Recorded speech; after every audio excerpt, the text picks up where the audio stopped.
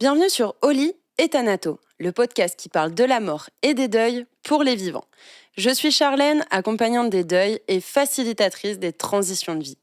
Dans ce nouvel épisode, notre invité va vous partager l'épreuve à laquelle il a dû faire face. Que lui est-il arrivé? Qu'est-ce qu'il a mis en place pour accepter cet obstacle de vie? Comment a-t-il fait preuve de résilience? Qu'est-ce qui lui a permis de se relever?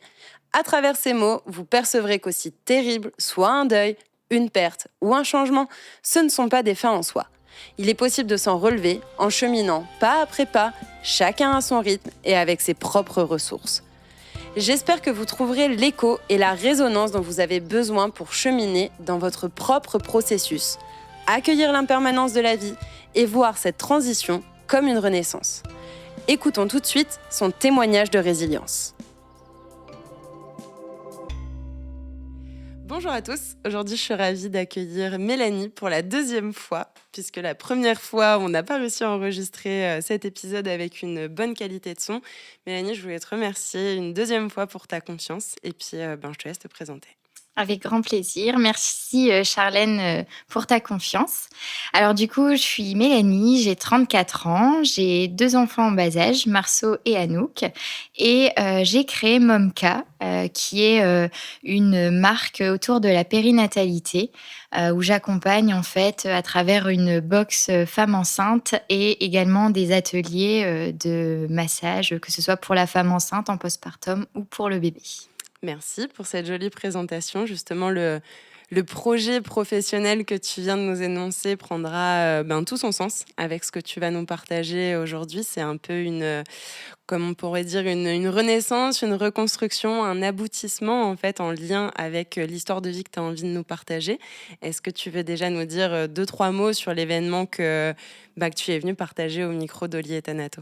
Oui, donc tout à fait, c'est en lien avec cet événement. Donc j'ai perdu mon papa, en février 2015, tragiquement, brutalement. Donc mon papa, en fait, s'est étouffé avec un morceau de viande. Heu, voilà, au niveau de l'événement, dont je veux partager, aujourd'hui. Et pourquoi justement tu as voulu le partager? Je sais que tu es beaucoup sur ces notions de positif aussi, d'espoir après coup. Un deuil, un accident, une épreuve de vie, quand on la traverse, on est dans cette phase de down, dans cette phase difficile où tout se mélange et où parfois justement quand on entend un discours positif, on peut se dire mais je comprends pas parce que moi je vois pas le soleil justement derrière les nuages, derrière la tempête, derrière la tornade. Et toi, c'est ce que tu as vécu après coup aussi, ce côté positif. Est-ce que tu veux nous dire un petit peu comment ça s'est passé, comment tu as pu cheminer dans ton deuil, si il y a des choses qui t'ont aidé, des outils, des réflexions, des phrases, des podcasts. Dis-nous un petit peu ce que tu as envie de nous partager, en fait, tout simplement. Oui, bah, justement, voilà, le fait d'être là aujourd'hui, c'est, pour faire passer un message et de se dire qu'un deuil, ça peut être court, ça peut être long, mais on finit toujours par, comme tu l'as dit, par voir, le soleil, même si, ça n'empêche pas qu'il y ait même s'il y a le soleil qui est là avec nous, qu'on pense toujours à cette personne qu'on a perdue. Parce que, bah, moi-même, j'ai été au plus mal lorsqu'on a appris, ce décès brutalement. On se dit que ça n'arrive qu'aux autres ou à travers des films. Je dis beaucoup que je regardais Doctor House et puis Grey's Anatomy. Aujourd'hui, je ne regarde plus ces séries parce que justement, ça me rappelle trop ces souvenirs. Mais malgré tout, aujourd'hui, je vais mieux et je veux faire passer le message aux personnes justement qui peuvent être dans cette phase assez sombre, de les aider et de leur dire que demain est un autre jour et que petit à petit, on y arrive. Moi, j'ai été beaucoup entourée de ma famille, de mon conjoint qui m'ont aidée aussi à aller mieux. Voilà, mais il faut se dire que le soleil revient à un moment donné. Et moi, aujourd'hui, justement, même si mon papa n'est plus là, c'est mon rayon de soleil et c'est lui qui m'a aidée aussi finalement à créer ce que je suis et ce que je vais créer aujourd'hui avec Momka. Hmm. On sent l'importance du cercle familial, du cercle proche, des amis, le fait d'être entouré, comme tu l'as dit. Est-ce que c'est principalement toi ce qui t'a aidé justement à retrouver le soleil pour garder cette métaphore-là? Est-ce qu'il y a eu d'autres choses? Est-ce que tu as fait appel à peut-être à des professionnels ou à certains outils? Qu'est-ce qui, toi, t'a aidé justement dans le cheminement en te disant, ok, aujourd'hui c'est la tempête, c'est la tornade et et je suis au fond et voilà et c'est compliqué et je dois accueillir aussi ces moments où c'est compliqué. Le but, c'est pas, juste de fermer les yeux dessus et d'être dans un déni comme s'ils avaient pas existé, parce que c'est pas forcément ce qui nous aide. C'est plus d'ouvrir les yeux, d'être dans un travail d'acceptation qui demande du temps, bien entendu, mais le temps, c'est une aide. Il faut aussi soi-même être, active sur ce chemin, sur ce processus et du coup, ouais, j'aimerais bien savoir comment toi, tu as été active dans ton propre cheminement, en fait. Oui, bah, du coup, je reprends ce que tu disais. Ce qui m'a beaucoup aidée, c'est, bah, mon conjoint, ma famille, mes amis. Même si, au départ, en fait, je me suis moi-même oubliée. Enfin, moi, en fait, en gros, je pouvais ne plus exister, c'était rien, tant que ma mère et ma sœur allaient bien. En fait, voilà, j'ai une petite sœur, et du coup, c'était vraiment protéger, ma famille.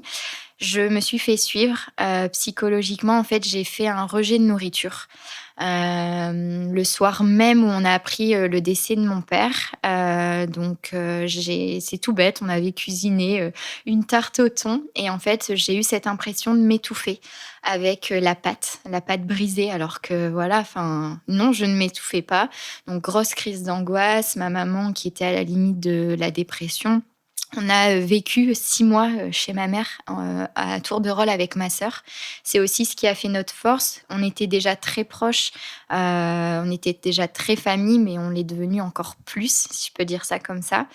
Et en me faisant aider, en fait, la psy m'a ouvert les yeux en me disant, «Mais écoutez, vous allez bien, vous arrivez à en parler, c'est déjà un premier pas. Il faut aussi penser à vous» et en fait, elle m'a un peu remis, face à mon image parce que je n'arrivais plus à me nourrir donc j'allais chercher des pots de bébé et c'est vrai qu'en passant à la caisse, je me suis dit: «Il y a personne qui va savoir que ces pots de bébé sont pour moi». C'est sûr. Donc voilà et quand j'ai dit ça à la psy, elle me dit: «Mais est-ce que vous aimez cette nourriture?» et je lui ai répondu que, bah, non, je ne l'aimais pas, elle n'était pas adaptée à mes besoins et c'est là qu'elle m'a dit: «Mais en fait, si vous savez manger cette nourriture-là, vous pouvez cuisiner vous-même, mixer vos aliments, vous irez mieux et si vous, vous allez bien» en fait, c'est ça, c'était la fameuse phrase qui m'a fait avancer. Si vous, vous allez bien, votre famille ira bien, votre maman ira bien et votre sœur aussi. Parce que si elle vous voit triste, si elle vous voit mal, forcément, voilà, ça sera, la balance entre les 2 de se dire: «Elles, vous leur apportez un bien-être, un soutien. Il faut aussi que vous, vous vous soutenez vous-même et que voilà, vous passez, au-dessus de tout ça». Il y a un côté très, systémique dans ce que tu dis finalement, le fait que, bah, c'est un peu l'autre est notre miroir et si moi je vais bien et ben, finalement ça a un impact positif sur les personnes qui m'entourent et donc là, notamment dans ce que tu nous exprimes, ben, sur ta sœur et sur ta maman et je trouve ça très beau justement que, comme tu l'as dit, c'est vrai qu'on a tendance parfois à s'oublier, parce que, ben, surtout quand c'est dans une famille, quand on perd un parent notamment, ou un frère ou une sœur, mais quelqu'un qui est vraiment très proche dans notre cocon, familial, ça redistribue les rôles et donc du coup, on prend aussi, enfin, tu vois, tu me disais que justement vous avez vécu pendant 6 mois, ben, pour être présente auprès de ta maman, pour pouvoir, j'imagine, ben, l'aider, pour qu'elle soit pas toute seule, pour qu'elle broie pas du noir. Enfin, j'imagine qu'il y avait un petit peu toutes ces idées-là qui étaient, derrière et ce qui est très, très beau. Mais à un moment donné, ben, il faut que la vie, reprenne, resuive son cours. Ça veut pas dire écrire un nouveau livre, ça veut pas dire oublier le passé, mais ça veut dire écrire un nouveau chapitre. Enfin, moi, c'est comme ça que j'aime bien le dire et tu me diras si ça résonne positivement en toi. Mais écrire un nouveau chapitre qui est la suite du chapitre précédent, en fait. Et, et finalement, c'est pas une vie, je pense, et pour toi, et pour ta maman, et pour ta sœur, de vivre toutes les trois ensemble, malgré toute la beauté de ce qu'il y a derrière. Hein. On sent l'amour avec un grand A, justement, dans ce que tu dis. Et je trouve ça très, très beau, la solidarité, l'échange, le soutien. Mais justement, bah, c'est une question qui me vient en même temps. Comment vous avez réussi à refaire cette transition en disant, bon, bah, ok, chacun reprend un petit peu son quotidien, ça n'enlève pas la présence, ça n'enlève pas le soutien, ça n'enlève pas l'amour. Comment ça s'est fait cette transition dans votre famille? Bah, justement, elle s'est faite, un peu au fur et à mesure où on a, espacé les jours où, bah, ma sœur allait chez ma mère, moi j'y allais, tout doucement. Après, on a eu énormément de soutien aussi autour de nous, donc des amis, la famille qui passait aussi, à la maison familiale. Donc voilà, ça s'est fait vraiment progressivement et puis, bah, même nous, même, pour nous, on s'est dit que vivre comme ça, c'était pas non plus, un cadeau finalement pour ma mère parce qu'on créait des habitudes qui finalement, n'allaient pas durer. Donc voilà, ça s'est vraiment fait progressivement. Et ça s'est fait dans la douceur, autant pour toi, pour ta sœur que pour ta maman? Oui, oui, oui. En fait, c'est au moment où on s'est sentie prête, si on peut dire ça comme ça, Bien sûr. à se dire que, ben, la vie continue. Ma mère, travaillait encore, à l'époque. Ma sœur et moi, on avait toutes les 2 aussi notre emploi, donc ça devenait aussi un sacré rythme. Après moi, c'est pareil, j'ai acheté ma maison, j'avais le projet d'avoir, des enfants, donc aussi penser à soi sans oublier l'autre, mais voilà, ça n'empêchait pas que tous les mercredis, je passais, voir ma maman. Tous les dimanches, je passais ma journée, avec elle. Ma sœur était aussi souvent là le dimanche. Donc, on a plutôt instauré des rituels, à se voir, moins souvent que tous les jours et rester dormir. Et en fait, on a repris nos rituels de base quand, mon père était présent, c'est-à-dire se voir, en fait, les mercredis soirs et le dimanche midi, aller manger à la maison familiale et passer l'après-midi en famille. Oui, donc c'était finalement reprendre d'anciennes habitudes, mais au goût d'aujourd'hui, différemment et justement avec je pense que je te l'avais déjà partagé cette phrase parce qu'elle me tient à cœur, mais on dit souvent dans le deuil que c'est transformer une absence extérieure en présence intérieure.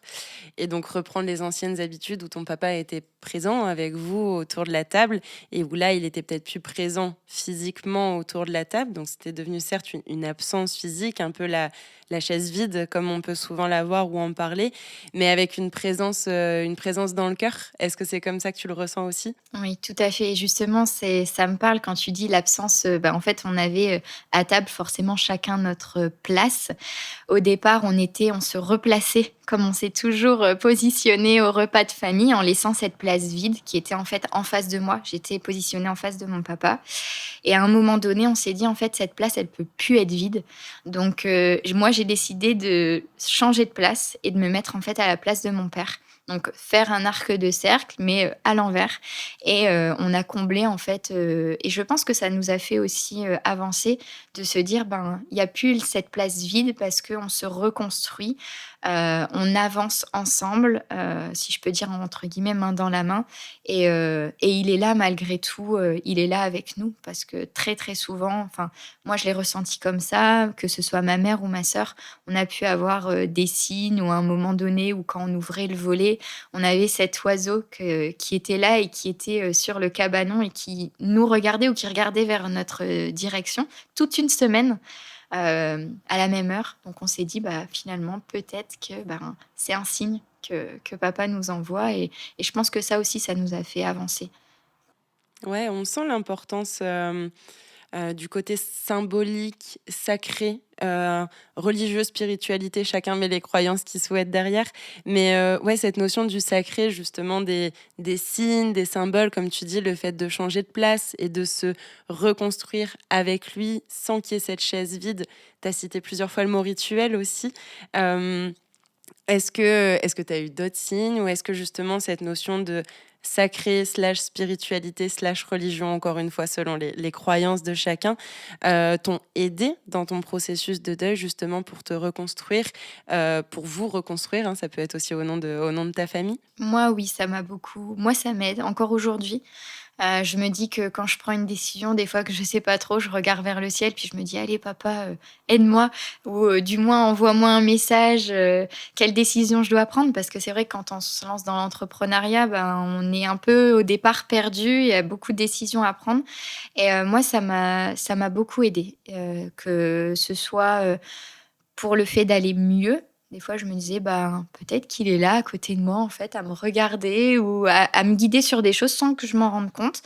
Ou même des fois à l'appeler, à dire, «Voilà, là, j'ai besoin de toi, allez, fais-moi un signe». Oui, oui, ça m'a beaucoup aidée, pour aller mieux. Et c'est des choses que tu pensais et que tu ressentais déjà avant le décès de ton papa? C'est déjà je vais mettre le mot croyance derrière, hein, des croyances que tu avais déjà, que tu entretenais déjà? Ou est-ce que justement cette notion de ce point de vue sur la mort, sur la vie et mort, hein, les deux, a évolué et a changé justement suite à cet événement et suite à l'accident et au décès de ton papa? Oui, elle a changé. Jamais, j'avais imaginé avoir des signes de quelqu'un de l'au-delà, si je peux dire ça comme ça. C'est à partir du moment où il y a eu le décès de mon père où, peut-être une croyance ou peut-être le fait de se dire, finalement il n'est plus là de son vivant, mais il est là autrement. Peut-être pour aussi ne pas l'oublier, parce qu'on a tendance malgré tout, même si on a une image, on a, ces paroles, cette voix. Finalement, même la voix, on l'oublie parce que des fois, je regarde des vidéos et je me dis: «Ah oui, c'est vrai, il avait ce sourire-là» et aujourd'hui, on sait, même moi, je sais, que même si on a, voilà, toujours ce petit pincement au cœur, de revoir des bons moments de famille, mais on sait regarder des vidéos en souriant et en se disant: «Ah oui, c'est vrai, ça, c'était un bon moment», on adore l'entendre rire à travers des vidéos, enfin voilà. Mais pour revenir sur ta question, vraiment, c'est quelque chose qui a été nouveau pour moi parce que j'étais pas du tout dans la croyance de quoi que ce soit.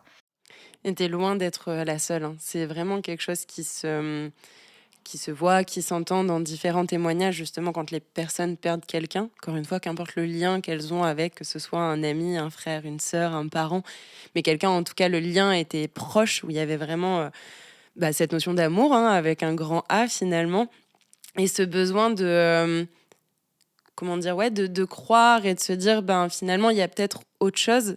Et j'aime bien parce que parfois, moi, c'est ce que j'ai dans les accompagnements où les personnes me disent, bah ouais, mais est-ce que ça me fait réellement du bien? Est-ce que c'est vrai? Mais on saura jamais, en fait. Il y a personne qui a réellement la réponse. Moi, ce que j'aime bien dire derrière ça, et c'est ce que tu as dit, tu m'as dit, ça t'a aidé. Et je pense que c'est le plus important, en fait. Si cette croyance, cette pensée, que ce soit celle-là ou sur d'ailleurs n'importe quelle autre thématique, elle vous aide et c'est une ressource et elle vous permet d'avancer, elle vous permet d'avoir le sourire, elle vous permet de revoir le soleil derrière la tempête pour reprendre notre métaphore de tout à l'heure et qu'elle fait de mal à personne, bah en fait, finalement, on s'en fiche que ce soit vrai ou pas, ça reste votre vérité. Et l'important, c'est qu'elle vous guide, c'est qu'elle vous motive, c'est qu'elle vous mette vraiment du baume au cœur, en fait. Enfin, je sais pas si c'est comme ça que tu l'as vécu, parce que c'est souvent des choses aussi chez les personnes qui sont en deuil, dont on n'ose pas trop parler, où on dit qu'on va être pris pour un fou ou pour une folle, ou qu'on va nous dire, bah oui, bah, il faut passer à autre chose. Enfin, un petit peu ces fameuses phrases et ces fameuses injonctions sociétales de, oui, bon, tu l'imagines. Bah, éventuellement, même si c'est imaginé, il y a rien de grave en fait. Où est le problème? Je sais pas si c'est quelque chose que tu as vécu ou pas du tout. Oui, c'est ça. Bah, après, je pense que tant que la personne n'a pas vécu la perte de quelqu'un de proche, que ce soit un parent, un enfant, enfin voilà, moi du moins c'est un parent, la personne ne peut pas enfin pour moi ne peut pas comprendre, cette douleur. Beaucoup, de personnes m'ont dit, «Ton deuil, tu le feras, ça va arriver, tu voilà, tu arriveras à passer à autre chose». Sur le moment, on n'y croit pas. On se dit que, bah, non, le monde s'est écroulé. Clairement, moi, j'ai perdu la moitié de mon âme. Pour moi, c'est comme si je perdais la moitié de mon âme, la moitié de mon corps. Je me sentais vraiment vidée et je pense qu'un deuil, on le fait jamais entièrement. Même si on se sent bien mieux que le moment où ça s'est passé, parce que, bah, moi, du coup, ça fait quand même plusieurs années, derrière moi maintenant, vu que c'était en 2015. Mais, un deuil, je pense qu'on le fait jamais entièrement. Il y a toujours ce moment où, bah, oui, on aura un moment de faiblesse, de tristesse face à cet acte. Le mois anniversaire, si je peux dire ça comme ça, de ce décès ou la fête des pères qui revient et on voit, encore plus maintenant avec les réseaux sociaux, bonne fête au papa ou aux mamans. Même si maintenant on développe un peu plus le fait de se dire bah, bonne fête au papa ange. Voilà, il y a toujours des moments finalement qui vont venir marquer dans une année des choses, des phases plus difficiles. Mais voilà, on rebondit et je reviens encore sur ce qu'on a dit tout à l'heure.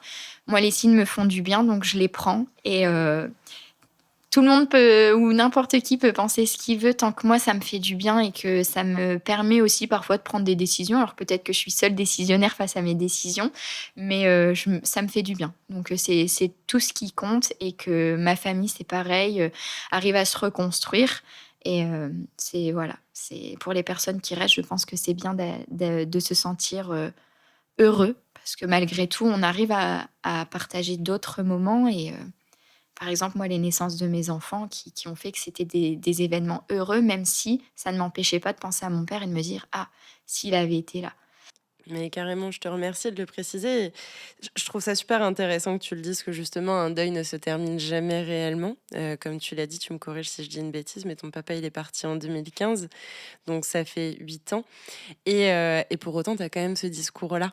Et moi, j'aime bien dire que un deuil, il se termine avec des grands guillemets au moment où on est capable, ben, justement, d'en parler. Tu citais l'exemple des vidéos, où on regarde les vidéos, où on écoute les vidéos, et on va les regarder en souriant, justement.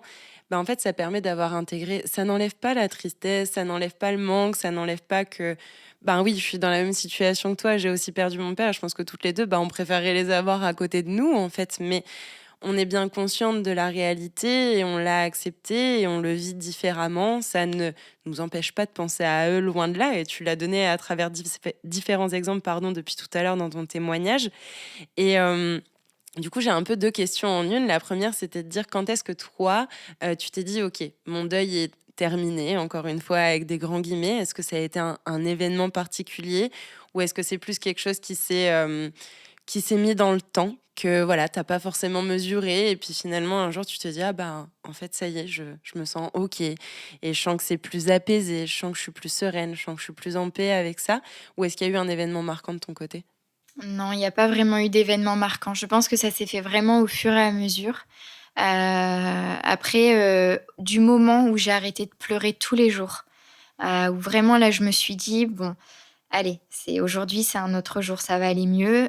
Du moment où j'ai arrêté de pleurer, et de remanger correctement parce que ça, c'était aussi primordial, qu'il fallait pas que je me fasse hospitaliser.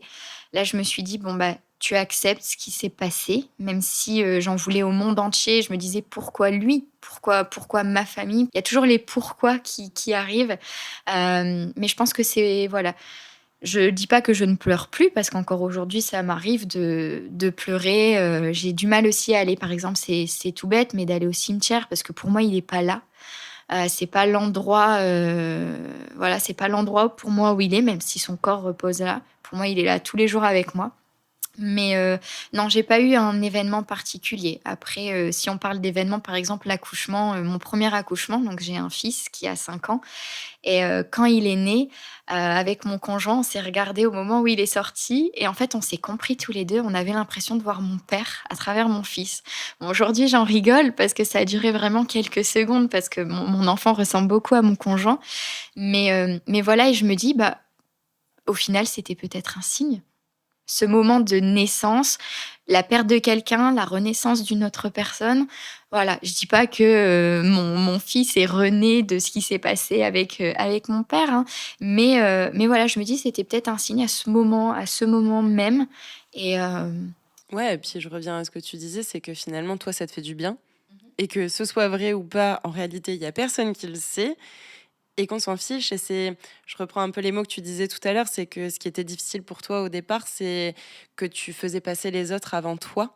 Et j'ai vraiment le sentiment que ce qui t'a aidé réellement sur le chemin et ce qui a pris du temps, c'est pour ça que je parle d'un chemin et pas juste d'une étape, c'est d'avoir refait de toi ta priorité. Tu viens de le reciter là à l'instant, le fait d'avoir remangé, le fait de t'être dit, bon bah ok, aujourd'hui est un nouveau jour, et finalement un pas en entraînant un autre. Est-ce que c'est comme ça que tu le dirais, que finalement, bah voilà, quand on relance la machine, quand on essaye de retrouver goût, c'est un peu l'appétit vient en mangeant. Bah ouais, au début, on n'a pas faim, on n'a pas envie, et puis bon, bah finalement, tu vas prendre une petite bouchée et une autre, et puis bah au repas d'après, t'en prendras un petit peu plus, et puis on retrouve des habitudes, des anciennes habitudes qu'on refait nouvelles, et les choses changent, et les choses évoluent, se reconstruisent, cicatrisent. C'est comme ça que tu le verrais? oui, tout à fait. C'est, en fait, on se reconstruit. C'est ça, on se reconstruit, on n'oublie pas, mais on apprend à vivre avec. Ouais, exactement. Et j'avais du coup la deuxième question, envie de rebondir sur le fait que tu dis que un deuil ne se termine réellement jamais. Si aujourd'hui les personnes qui nous écoutent viennent de vivre cet obstacle depuis peut-être quelques jours, quelques semaines ou quelques mois, et qu'elles se sentent encore en difficulté, en vulnérabilité, et qu'elles ont l'impression que ben non, le soleil il est plus là, en fait tout s'est éteint, et que c'est sombre. Si tu te souviens de toi à ce moment-là, qu'est-ce que peut-être tu aurais eu envie, besoin? Qu'est-ce que tu aurais aimé entendre pour justement remettre cette machine en route sur le chemin? Qu'est-ce qui te viendrait? Alors entendre, j'ai une phrase que mon conjoint m'avait dite, moi c'était forcément par rapport à la nourriture et il m'avait dit: «Est-ce que tu penses que tu peux être d'une grande aide en étant hospitalisée?» Et en fait ça, moi ça a été un déclic pour moi de me dire: «Bah non, en fait si je suis à l'hôpital, je ne pourrais pas aider, ma mère, ma sœur». Donc envie de dire à ces personnes, peut-être pas, quelque chose à entendre, mais de se dire que le soleil finira par revenir, que, si elles ont besoin de se faire aider, il y a aucune honte aussi à se faire aider, que ce soit par un proche, que ce soit par un professionnel. Enfin, aujourd'hui, je pense qu'il y a beaucoup de personnes qui ont recours à de la médecine ou, à des choses comme, par exemple, le fait de voir une psy. Moi, j'ai pas eu besoin d'énormément de séances. Au départ, la psy, je l'ai détestée parce qu'elle m'a clairement dit: «Mais pourquoi vous venez? Vous allez bien». Parce qu'elle s'est dit, en fait, elle veut protéger sa famille. Heu, je lui en ai voulu aujourd'hui, je lui en veux pas et j'ai même envie de lui dire merci. Merci et ne pas se fermer les portes, ne pas surtout se renfermer sur soi-même parce que c'est pas l'idéal, parce que ça engendre peut-être des déprimes. Voilà, faut rester fort, même si c'est dur à dire, mais il faut rester fort, soudé avec les gens qu'on aime et qui peuvent nous apporter un bien-être, même si le bien-être, on n'en a pas forcément envie tout de suite. Mais des petites choses qui vont faire que ça va évoluer et qu'il faut pas désespérer et que, je le redis, le soleil finit par revenir. Je te remercie de le repréciser et de repréciser aussi cette notion de l'accompagnement qu'on voit encore beaucoup trop comme une tare, comme un boulet au pied, et de préciser aussi qu'on n'a pas forcément besoin de 50 séances. Il y en a qui auront peut-être besoin de beaucoup plus de séances et c'est OK. Mais c'est pas parce que vous vous engagez dans un suivi, que vous allez devoir prendre 50 séances et que finalement parfois c'est enfin tu as eu des phrases qui ont été déclics, toi-même tu l'as dit, ou des moments qui ont été déclics, et ben, c'est ça aussi. Parfois, c'est une séance qui va, ça y est, vous illuminer et vous allez voir peut-être pas le soleil intégralement, mais oh, ça y est, un rayon ou un arc-en-ciel, et de vous dire: «OK, c'est bon, je vois que je suis en chemin», et peut-être que les séances au début sont plus rapprochées et qu'après elles s'éloignent. Et c'est pas une tare, au contraire, loin de là. Pour moi, c'est courageux, déjà. On n'est pas obligé d'aller le crier sur la place publique si on n'en a pas envie. Ça peut être quelque chose qui peut rester intime, en fait. On n'est pas obligé de le partager à tout le monde, de dire qu'on se fait accompagner si c'est pas OK pour nous, si on n'a pas envie de se justifier, de faire face au regard des autres, mais de le faire pour soi. Et ça revient encore une fois au fait de prendre soin de soi de manière holistique, de manière globale, que ce soit sur le plan physique, si je reprends ton exemple avec le fait de se nourrir, par exemple, pour pas être hospitalisé, mais aussi sur le plan plus psychologique, le plan plus mental, de, bah oui, j'ai beau ne pas être hospitalisé et manger autre chose que des pots de bébé, ben si au fond de moi, c'est la déprime, ben, c'est pas équilibré, il va forcément manquer quelque chose. Donc voilà, de retrouver ces choses-là et d'avoir un coup de pouce à un moment, un gentil coup de pied aux fesses, une épaule, vous prenez l'image qui vous plaît et qui vous va, mais ça permet justement de remonter cette pente et finalement pardon, en avoir des enseignements, des sagesses, des leçons de vie derrière. Et j'aimerais bien que tu nous partages un petit peu les tiennes, toi qui, bah voilà, depuis 8 ans maintenant, a vécu ce décès, ce deuil qui a sans aucun doute transformé ta vie, parce que c'est vrai qu'on l'a pas précisé, mais ça change une vie. Il y a un avant, il y a un après, sans dire que l'un est mieux ou l'autre est moins bien. Ça change, il y a un changement. Pour moi, l'un des synonymes du mot deuil, c'est aussi ça, c'est changement. Il y a un avant, il y a un après. L'avant, il y avait des trucs bien, il y avait des trucs moins bien. Et dans l'après, il y a aussi des belles choses, encore une fois, qu'on voit pas au départ, parce qu'on voit pas le soleil derrière la tempête, mais il est toujours là. Qu'est-ce que tu aurais envie de nous partager, toi, justement? Qu'est-ce que ça t'a appris? Qu'est-ce que ça t'a permis de faire différemment, peut-être, dans cet après? Qu'est-ce que tu as envie de nous dire, tout simplement? Qu'il faut profiter de la vie. Comme tu dis, il y a un avant-après, même si on se le dit: «Il faut profiter, faut profiter». En fait, finalement, on n'est pas grand-chose, même si, voilà, je pense qu'on a chacun nos petites missions, dans nos vies. Mais c'est ça, de voir les choses autrement, de se dire que, bah, parfois, on va se disputer avec quelqu'un, pour des bêtises, ne plus partir fâché, de vraiment profiter de la moindre chose, qu'on puisse nous-mêmes faire ou apporter à quelqu'un. Enfin voilà, après moi là aujourd'hui j'ai mes 2 enfants, c'est pareil, pour revenir sur le fait du deuil qui est jamais fait à 100. Moi ma fille est encore jeune, elle a que 2 ans, mais mon fils 5 ans, c'est ma mère par exemple qui l'avait amené, pour la première fois au cimetière. C'était comme un symbole. Ma mère voulait, en avait le besoin, donc c'était OK. Et mon fils me pose parfois des questions. Il m'a demandé: comment il est ton papa?» Donc en fait, à travers même des photos, au début, j'avais du mal. Aujourd'hui, j'y arrive et je me dis, «Il serait fier de moi de voir que, finalement, même s'il est plus là, je parle encore de lui». Voilà, c'est, des photos, des images, des moments où je lui dis: «Ah tu vois, moi quand j'étais petite, quand j'avais ton âge, je faisais ça avec mon papa». Enfin voilà, c'est des références aussi et voilà, enfin, faut profiter. Il faut pas non plus se fermer à se dire: c'est quelque chose qui est arrivé, je n'en parle plus». Si en fait c'est OK, on arrive à en parler et tout à l'heure tu disais à quel moment tu t'es dit que tu avais, commencé ton deuil. Je pense que je vais parler du fait de pleurer, mais je vais même dire du fait de savoir parler de mon père sans pleurer et je pense que c'est à ce moment-là où je me suis dit: «J'ai mon deuil est Et sur intégrer, ouais. la fin». Ouais. Voilà, Exactement. donc mais il faut profiter et surtout, suivre ses rêves. C'est l'une des phrases que mon père m'avait dit, avant de partir. J'avais ce projet déjà de création à l'époque et il m'avait dit: «Mélanie, si c'est ton rêve, suis-le, fais-le et va jusqu'au bout». Ouais, il y a plusieurs choses qui sont très belles dans ce que tu dis. Déjà, le fait que tu dis: «On n'oublie pas». C'est souvent une idée préconçue et une très mauvaise idée qu'on se fait du deuil, comme si, faire son deuil, c'est oublier. Mais non, en fait, justement, c'est pas écrire un nouveau livre, c'est écrire un autre chapitre et pour que cet autre chapitre existe, il faut qu'il y ait les chapitres précédents. Si vous faites un numéro 2 d'un film et qu'il y a pas le numéro 1, généralement, vous comprenez rien à l'histoire. En fait, c'est exactement la même chose et le chemin du deuil, c'est beaucoup plus ce chemin de la mémoire, le chemin du souvenir et moi, c'est la réflexion que je me fais à chaque fois en me disant: «Mais si je devais mourir maintenant». Oui, bien sûr, forcément, les personnes qui sont autour de moi et qui m'aiment et pour qui j'ai de l'importance vont être tristes, mais je veux pas qu'elles soient tristes pendant des mois et des années et que ça ruine leur vie dans cet avant, après et qu'elles voient que le côté sombre, que le côté tempête, que le côté nuage, mais au contraire, j'ai envie qu'elles voient le soleil. Par contre, il y a juste une chose que j'aimerais pas, c'est qu'on m'oublie. Et ça passe par des petites choses, comme tu l'as donné en exemple avec ton fils, ou ça peut être, moi je donne souvent cet exemple-là, j'aime bien bouger, j'aime bien voyager, etc. Ah on a fait ça, putain, Charles aurait trop kiffé être là.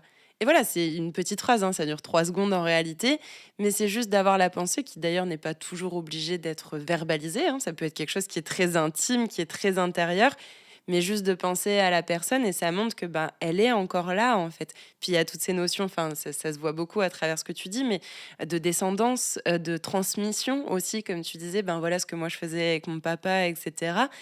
C'est beau en fait, c'est pas parce que ton fils et ta fille n'auront pas connu leur grand-père qu'il n'a pas existé et qu'il n'existera pas à leurs yeux et dans leur vie. Il existera différemment, il existera de manière absente physiquement, mais de manière présente finalement dans leur cœur. Donc ça, c'était la première chose sur laquelle je voulais rebondir. Et la deuxième, tu disais justement que on est peu.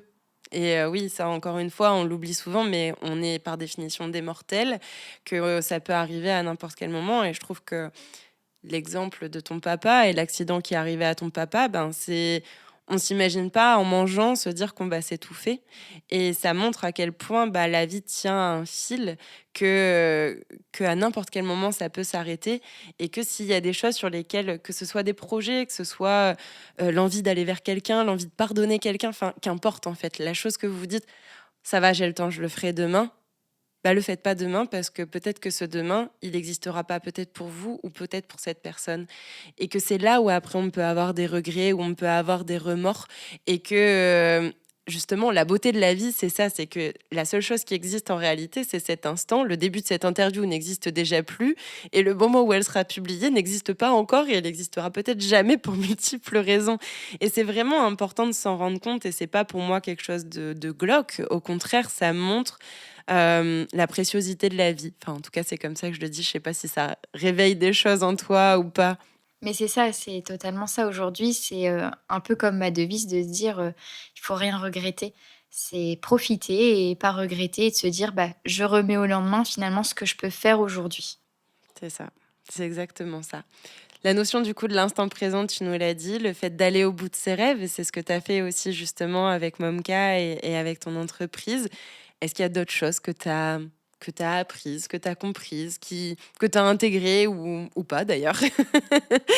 Bah, après, les choses principalement que j'ai comprises, c'est oui, aller jusqu'au bout, et une certaine fierté. C'est vrai que j'ai jamais été fière de ce que j'ai pu, entreprendre avant le décès de mon papa. Bon, après j'étais jeune, mais aujourd'hui, je peux dire que je suis fière je l'ai fait pour moi, je l'ai fait aussi pour les gens qui m'entourent, pas pour leur prouver, mais plutôt pour leur montrer que, bah, oui, je me suis dit: «Je vais le faire», je l'ai fait et une certaine fierté et de me dire que de là-haut, il est fier de moi aussi.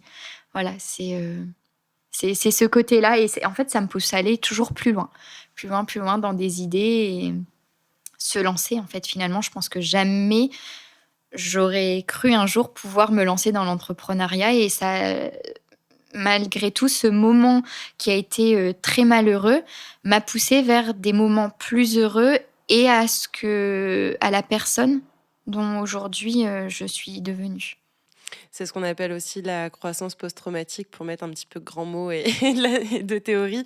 Mais c'est justement le fait après, que ce soit un décès ou tout autre événement difficile, négatif, un accident, une maladie, un divorce, une séparation, enfin qu'importe en réalité, mais de réussir à en faire quelque chose qui n'est pas une obligation. D'ailleurs, c'est pas une course à quoi que ce soit. C'est pas parce que vous n'en avez pas fait un projet, une association, un voyage ou autre que vous n'avez pas fait votre deuil. Loin de là. Mais ça peut être l'un des effets justement bénéfiques. Tu parles de cette force. Tu l'as cité plusieurs fois et je le vois parce que moi, j'étais en face de moi, pardon, quand tu en parles. Mais on sent justement cette force, cette motivation, cette détermination, cette envie. Et c'est pas c'est une envie avec le sourire. C'est pas une envie de ah, la vie, elle est pourrie et je vais prendre ma revanche sur la vie. C'est plus, ok, ça me pousse à aller de l'avant et ça me donne le sourire et ça me donne des ailes. Enfin, c'est un peu comme ça que je le vois. C'est un peu l'image que j'en ai. Donc, je te remercie de le partager à nouveau. Est-ce qu'il y a quelque chose que tu voudrais rajouter, que ce soit une ressource, un livre Bah, j'ai juste envie de leur dire, ayez confiance en vous. Vraiment, faites-vous confiance. À un moment donné, de toute façon, tout ira mieux. Donc, voilà, plein d'amour et un grand merci en tout cas, pour, m'avoir, proposé ce podcast, et d'avoir partagé, mon histoire avec toi, Charlène.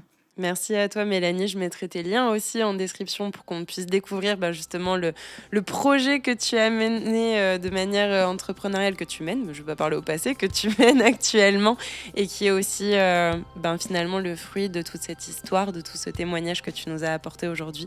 Donc un grand merci à toi et puis je te dis à très bientôt. À bientôt.